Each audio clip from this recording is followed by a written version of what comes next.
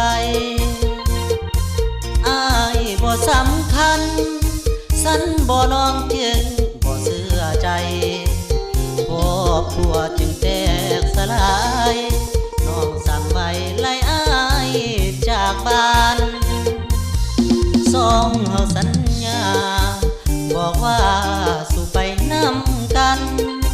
อุปสรรคได้มากขวางทางจับมือกันอย่างจนหอดฟังฝันผิดกันเล็กน้อยกะบ่ถึงสี่ห่างกันผัวเมียจงได้เสื้อมันจงเห็นใจกันทุกอัน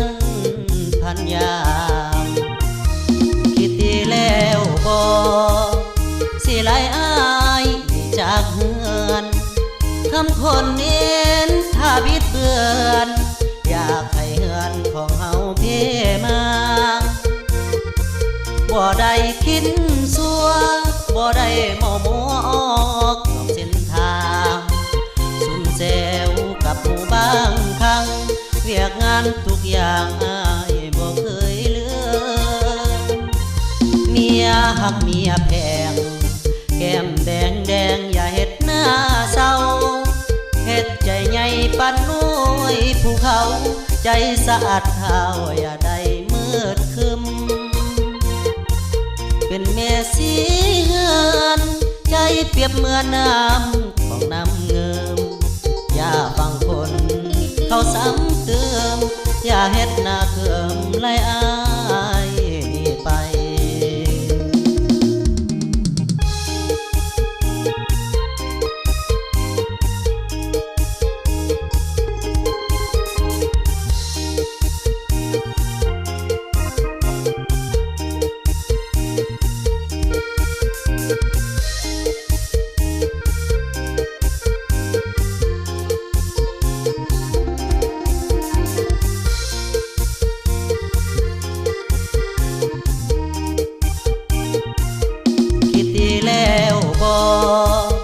สิไล่อ้า